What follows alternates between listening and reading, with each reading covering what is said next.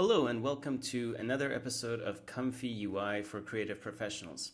In this episode, we're going to talk about inpainting and outpainting. Inpainting is when you have an existing image, but you want to replace particular details inside of it.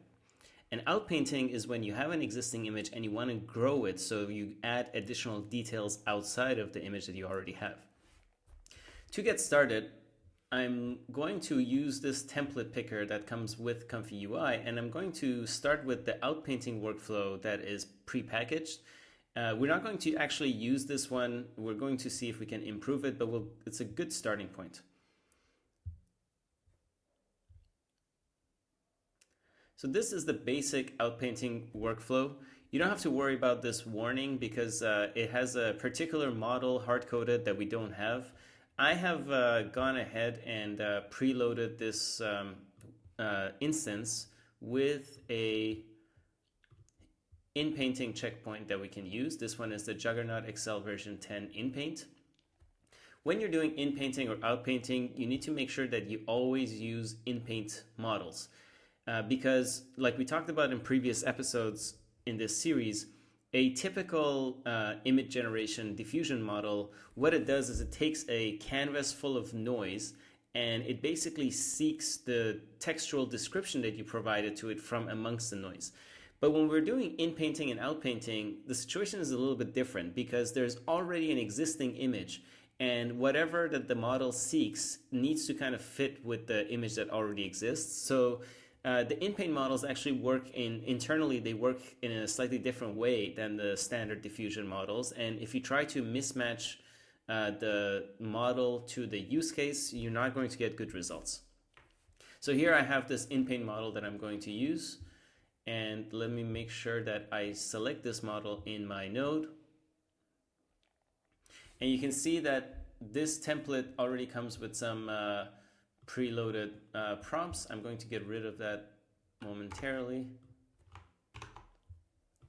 We'll fill it in with our own prompts later. Now this, let me just hide the doc here. This part is basically the core of the outpainting workflow. To show how this works, I have an image that I already generated using ComfyUI, and what I want to do is basically I want to zoom this image out. So I want this pianist to be add more context to the image around the pianist. So what this node here does is it adds additional pixels around the image. So you can see that on each side it adds a certain number of pixels. What I can do is I can take this mask output and I can add a preview mask node here just so we can see what we're doing, and similarly with the image.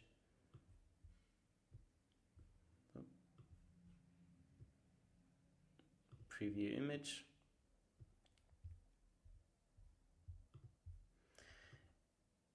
And just with this, we can just leave no descriptions there. Let me add the right number of steps and CFG for my model. And let's see what we get just with that.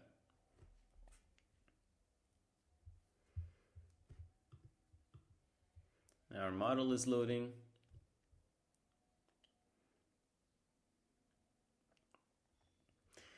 Okay, so as you can see, this pad image for outpainting has gone ahead and added 40 pixels on these three sides and 128 pixels on the bottom side. And that's what is being fed into our K-sampler. Now, what's happening there, because this node generates a mask, what the K-sampler gets is basically it receives, you can think of it as instructions, or it receives an empty latent space that is only for this region around the image that I originally had. And so it only generates pixels for that area. And you can say that it does generate something. It fills those pixels in, but it's not doing a very good job. Let's look at what happens with another seed. So it puts things there, but it's not really great. So if we start adding some adding a positive prompt here.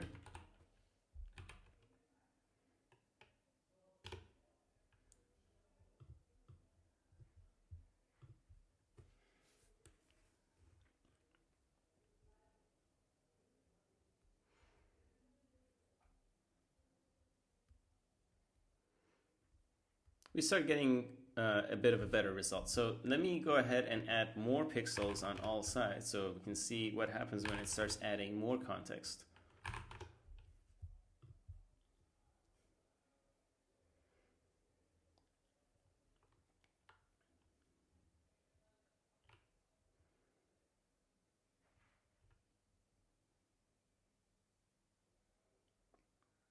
There you go. So this is actually a pretty good image. The issue with it though is that you can see the rectangle where the original image was, so it actually has a bit of a merge issue with the original image, but overall it's actually a pretty good composition. Let me just do a few other runs so we get different seeds.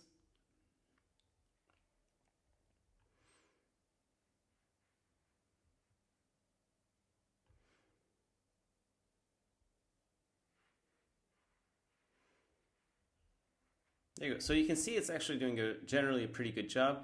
Now, if I was just using this workflow here, what I might do with this result is I might take this into an image-to-image workflow and set a very low denoise ratio. So it basically regenerates the image with a prompt, but it would essentially get rid of some of these artifacts like this and give us a much cleaner result.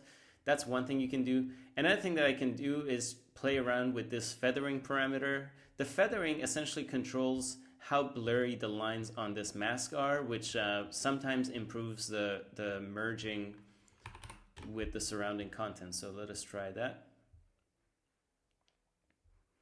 So you can see now the mask has gotten, the edges of the mask have gotten a little blurrier. Let's see if we get a better result. That's not bad, but it's still not great either.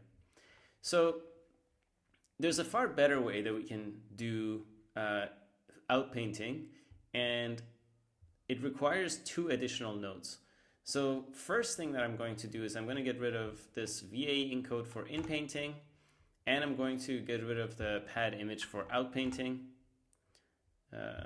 Maybe get rid of these 2, we can add them back later. I'm going to go to my manager and I'm going to go to custom nodes manager, and I'll search for Inpaint, and I'm going to install this ComfyUI Inpaint crop and stitch node. We can use it both in inpainting and in outpainting. And once the node is installed, I need to reinstall ComfyUI, so let's confirm that. You can tell that the server is restarting while you get this reconnecting message. And when it turns green, then you know that the restart has been completed. And whenever we install a new node, we always have to come back to the canvas and press the R key to request that node definitions be updated, so ComfyUI knows that the new nodes are available. So the node that we're going to use is this Inpaint crop. And you can see it's much more sophisticated than the pad image for outpainting that we were using. So here, again, like we talked about before, just intuitively, you can kind of see how it's meant to connect. So you have an image here. We don't really need to use the mask because there's no mask. We're not applying a mask to this image yet. So you can ignore the mask input. And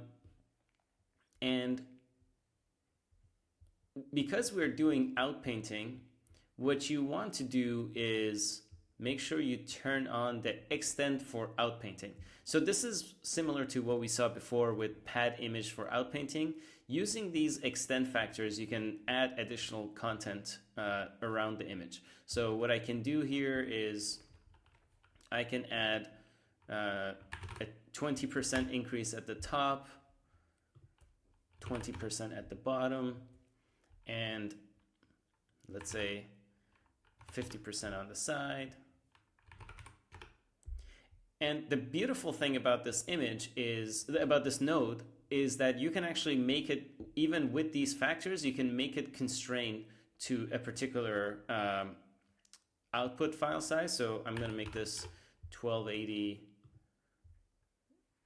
by 1280, although it's not going to make sense with the numbers that I provided. So let me just change this to 50% increase on all sides, so we maintain the square aspect ratio. And just with this, let's add a preview here, just so we can see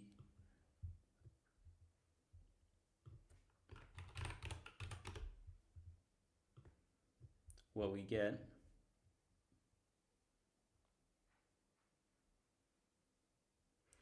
So two things to note here is that one, it basically doubled the size of our canvas and kept the original image in the center. And that's because I added 50% increase on all sides, or added an equal increase on all sides. So I maintained the square aspect ratio. But if you notice, the size of the image is 1280 by 1280. The original image was 1024 by 1024. So even though I added this 50% increase, it still constrained everything to the 1280 by 1280 that I added here.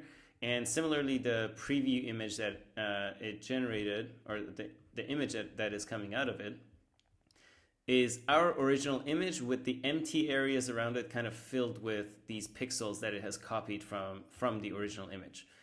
So why this matters is that if I want to add a lot of additional context to this photo, I can't always be increasing the size of the photo to any arbitrary number. So we will see later why this matters, because if I want to add a lot of additional details to this photo and I need a bigger canvas like 2048 by 2048, what will happen is that the size of my image will soon exceed the optimal range for my model. So these models at around 2048 by 2048 or higher, at least with stable diffusion based models, they start introducing a lot of artifacts and image quality just goes down because the models really weren't trained for images of that size. So having a node like this that actually lets you kind of finely control both the proportions on all sides and also the final kind of target dimensions is very convenient and kind of saves you from having to do a bunch of math. So let's talk about what comes next after this. So there's another node that gets packaged with ComfyUI always, and it's the Inpaint model conditioning node. And this node just gives a lot of handy conveniences for when we want to do inpainting and outpainting. So I'm going to hook this up. Again, just intuitively, I can kind of recognize what needs to go into each input and output.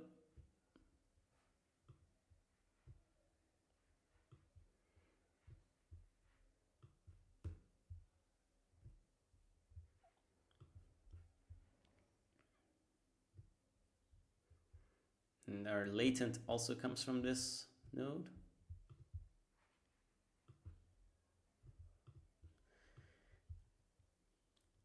Okay, and now let's see what we get out of this.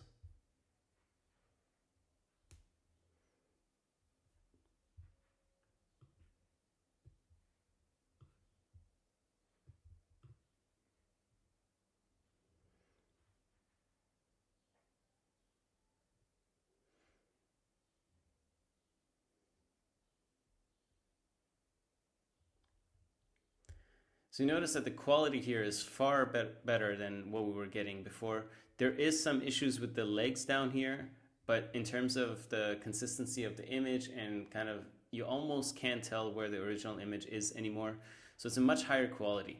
In fact, with these two nodes together, you can actually just ignore any prompts and the model can actually figure out how it needs to expand your image. This is very similar to the generative fill feature in Photoshop, when you can expand your canvas. There you go. I'll go ahead and generate a few results.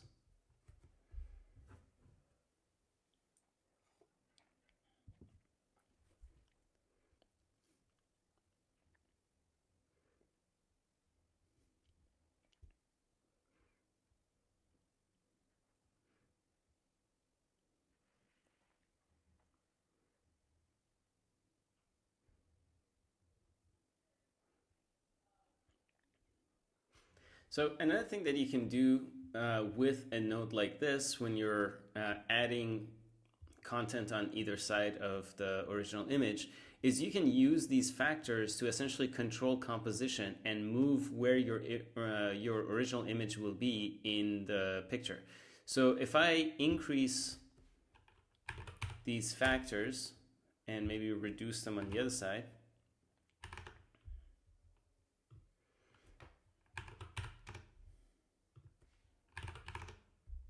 I can essentially move my original image to one corner of the image and then make sure that if I want to give it additional content, it only generates it on one side. So let's see what that looks like.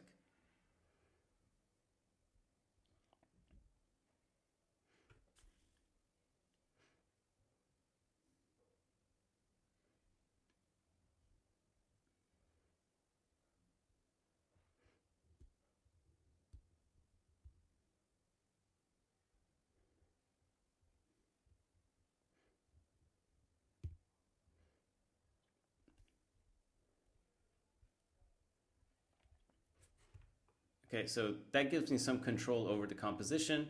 And if I want to add additional elements, I can just put them in the prompt. So maybe I will say something like, in a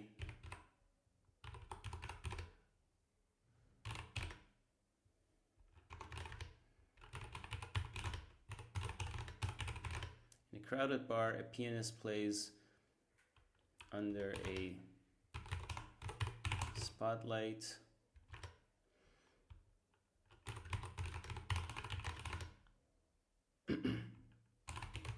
People sitting at tables in the background. Bokeh effect. Let's see what we get with this.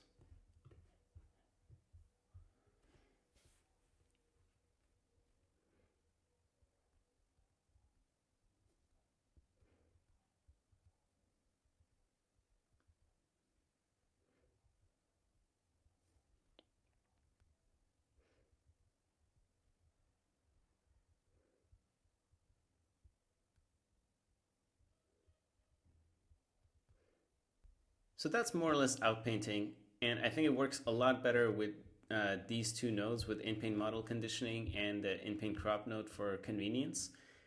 So next, let's talk about inpainting. To do inpainting, I am again going to start with the default workflow that comes with ComfyUI. Similar to before, we can ignore this warning and select our own Inpaint model.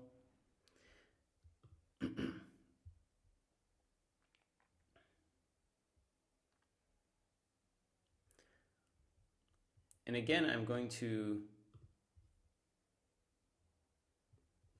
use the same input. Actually, maybe I will take one of my outputs here. Let's copy this image.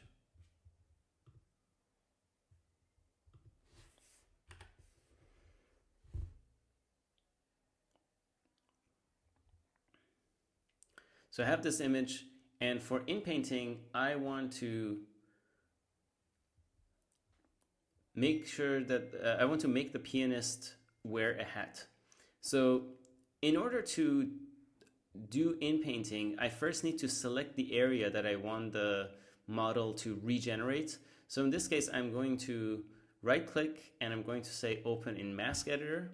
And mask editor is essentially how we tell the model what particular region we want it to focus on. So the mask editor, you can essentially just draw over the image and choose a region to act as a mask. So in this case, I am going to select the area around the head.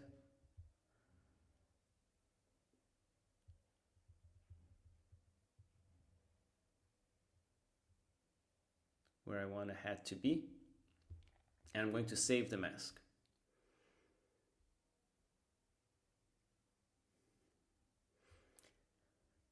And you can see that both the image and the mask from this node are going to this VA encoder, and then the latent image is going to our K-sampler like always. And what I can do is a fedora with a feather in it. And let me just drag this output here. Just 30.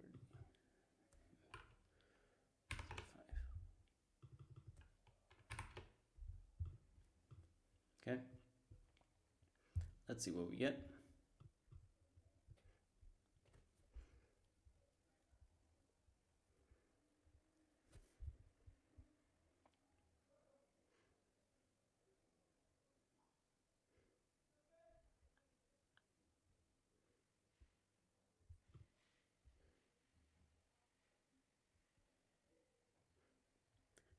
So it's doing a pretty good job. You can see we have a similar issue here. If you look closely, you can see that around the area of my mask, there is a line where the model merged the new content with the old content. And again, if we use some of our convenience nodes, we might get much better results. So let us try that. So I'm gonna get rid of this VA encode for inpainting. And I'm going to add the inpaint crop.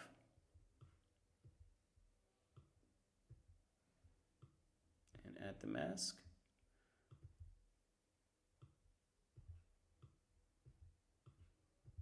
Let's make this bigger.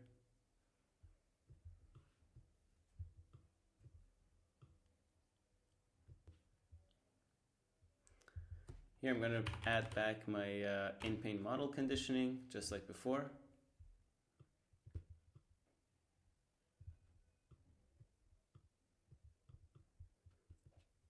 And add our conditioning.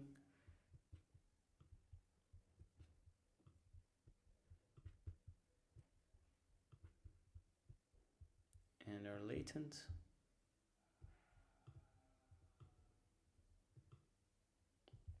Okay, now also, just like before, let us add our preview so we know what the model is doing.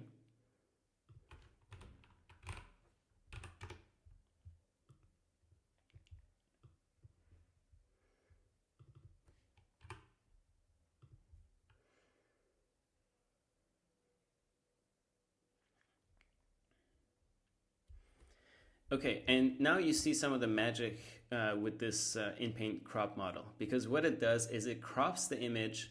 It actually generates a cropped image for inpainting, and so the model can essentially just focus on regenerating this particular region. And in order to actually get our desired output out of this, we can actually use an associated node here called Inpaint stitch. So what this will do is it will take our inpainted image and it will add the rest of the image to it. So let us connect that. And now let's see what we get. There you go. Now we have a 1280 by 1280 image with the hat inpainted. Let's generate a few different variations.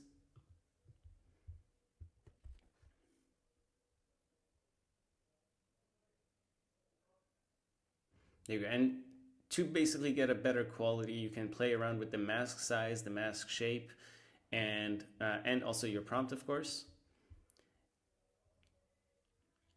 And you can also play around with some of the values here. The blend pixels essentially controls the blur around this mask that controls how well it blends into the rest of the image. So if I increase this to 64, let's see what happens. That's a bit of an extreme value, I think, but you can see that the mask here is much blurrier.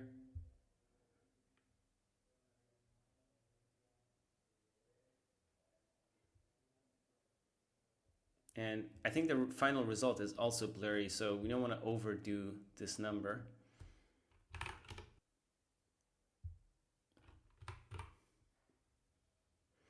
The other thing that comes with this model is this high pass filter. So I want to see what happens if I turn it off, and we'll talk about what it actually does.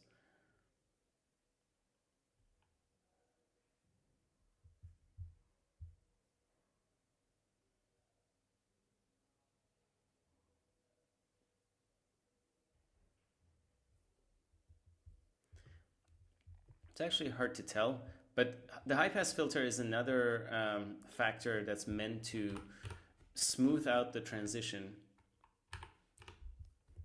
between the masked area that's being inpainted and the rest of the image.